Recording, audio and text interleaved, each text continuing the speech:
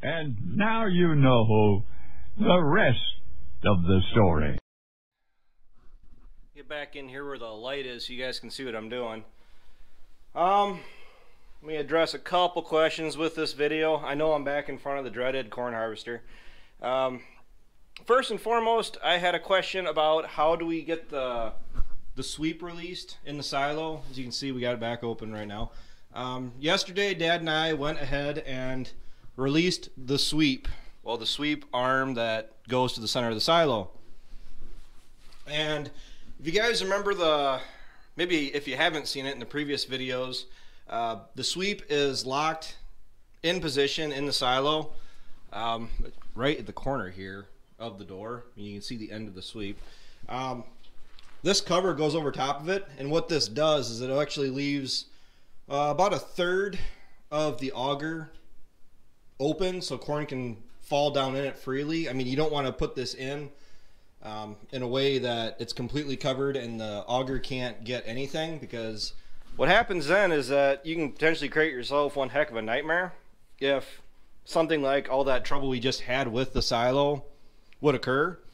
Granted, it's kind of ironic that the problem we had was the sweep couldn't run because we pulled the auger out, so we couldn't actually drive the sweep. But luckily for us, it did run for a fair while, and it did clean out it enough that we ended up only having to pull out from the doorway here for a little while. I say a little while. In the end, it was a couple of weeks, but I mean, far from the end of the world. And on the end of the cover, the sweep cover, that is the end that is in the door here, and it's actually got an eyelet on it that you hook come along to, and I gotta be careful here so I don't cut my finger open. These cables are awesome for leaving. But all you do is hook the come along on it, run a chain up to this post here. Done this, once a year for about as far back as I can remember, and we have those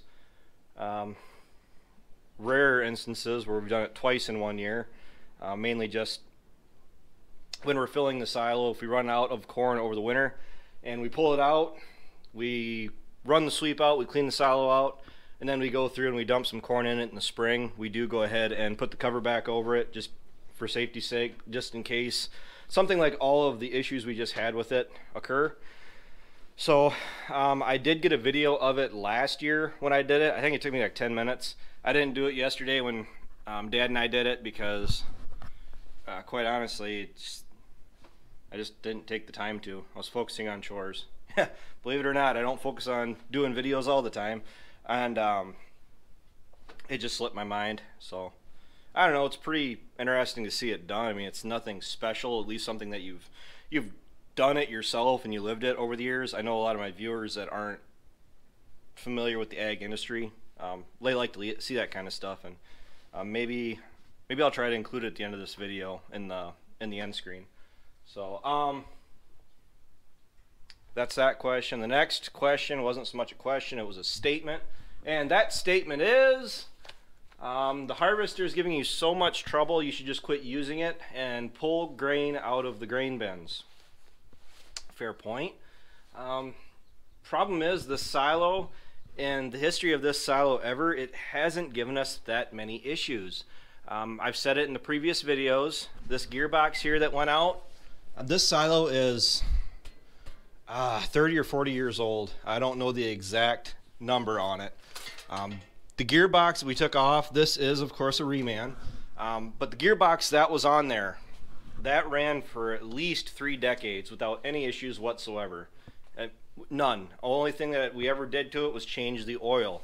And yes, believe it or not, we do change the oil and we do service stuff around here. Somebody made a snarky comment about that a while back, that farmers are terrible at maintaining stuff. Well, unfortunately, we do take care of a lot of our stuff. Things break, things wear out. It's the nature of the game. It's just the lifestyle of it. If you run something long enough, it's gonna break. And fortunately for us, I mean, 30, 40 years, and we're just now starting to have issues with this stuff for the first time. it's kind of hard to hate it. These silos are meant for feeding cattle. These were put in for feeding cattle. They are remnants from our dairy operation. We continued to use the corn silo after the dairy cows left because of how handy it is to have a moisture corn silo that is set up for corn. The year before we quit milking, I believe it was the fall before, we put a new silo, or new roof on this silo. The old one looked like Swiss cheese. It was rusted out to that point. So this silo, I mean, we go through and do everything we did to it. I mean, it should be ready to run for a considerable amount of time. I will admit, the next thing I think is really going to be something we'll have to address is the augers on them. The auger flighting is getting kind of rough.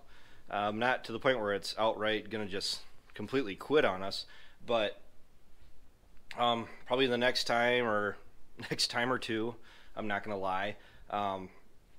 Probably wouldn't hurt once we get the silo empty to go through when we are able to do it a little bit more readily and pull the auger out and replace them, or cut all the old flighting off, go up to the local machine shop, get new flighting, you know, that'll fit this this auger shaft, and I'll go through and I can weld it on myself. I mean, I'm pretty handy with a welder, believe it or not. That's the one thing I was actually told I was good at on my internship. It wasn't welding, it was actually torching. Who knew, right? You grow up around a lot of the equipment we had growing up. I mean, it's dairy farming, and it's pretty common for a lot of operations out there where you don't have brand new equipment all the time. I mean, generally you make do with what you got, and that's largely what we did. We did have a lot of the newer stuff as time went on, but then it just gradually waned off as prices started to fall off. So it's just a factor with the changing times. So yeah, actually I'm pretty good at working on stuff around here. I didn't help with the semi too much. I did a little bit off and on. I did help when they needed help. The semi is, you know what, that's none of my business. Go to the other channel, and I'm sure Ryan's gonna be more than happy to make the next video on the silo. I'm not sure where he's at right now, if he's up to where we currently are work-wise on it. Yeah, I think he is. And yeah, so there's a light at the end of the tunnel, and hopefully it's not a train, right? So as far as not using the corn harvester silo anymore, it's not going to happen. This allows us to store corn up to 25%. Or is it 35%? There's a sign on the outside of the silo, and no, I'm not being stingy. I would walk out and show you, but the wind is blowing so hard, even with my little microphone cover here. The video I made this morning, you guys couldn't hear but every other 3 words, so it wasn't worth posting. But yes, there is a label on the outside of the silo that says to certain moisture levels you're to, I want to say it's up to 35%. We have never put it in that wet, basically because what happens is that you run the risk of the corn freezing solid in there, and then you can't get any corn out. That's happened. I've been lucky enough that I didn't have to live through that. But it took a NIPCO heater, which I don't think is in here anymore. Yeah, that's one of them. I mean, granted, it wasn't that heater, but they did use a jet tube heater, and they actually had to blow hot air in through the center after opening this door up and chipping out corn and thawing it out just so they could feed the cows. So there is a certain point where in these silos, and moisture content is definitely something you need to be aware of when you're filling them, because otherwise you can make yourself a very long winter. I mean, longer than winter makes itself. It's really, I mean, the wind is blowing, but as far as mild goes, we're hitting the high 30s, 40s pretty consistently here. It's making me feel like spring, and that's not a good thing when we're only just, well, we're not quite to the end of March here. We're in the 3rd week, but the reason we don't pull out of the grain bins, yes, we can. Yes, we did when this thing first broke down, because it broke down, as all things on a farm, it broke down the day before I went to Louisville. Ryan went to Louisville, and Dad was here by himself. So Dad and I went through and we filled that gravity wagon up in the shed with a bunch of dry shell corn, and got him through the weekend so we could address the issues at hand. it's kind of hard to leave something sit and stand just because it's giving you some issues. As a farmer, rancher, a lot of people that are watching that are in the ag industry, could you imagine quit using something or letting something go and just forget about it simply because it gives you some problems here and there? Everything breaks. Everything gives you issues. As far as everything you guys see online, sometimes you're seeing the extreme levels of it as far as the problems this was giving us. Sometimes things are taken a little bit lighter than what they actually are.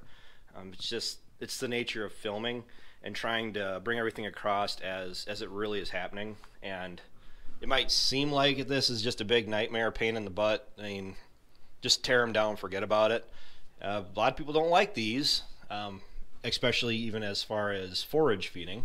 I mean, that's what that one is. But as far as using this one for grain, it works. It works very well when it works. It's getting tired. If I ran for 30 years straight and didn't give hardly any issues, yeah, I'd probably want a break too. But it's machinery. So I hope I kind of cleared some things up. Which, there's always more questions that I'm being asked. So,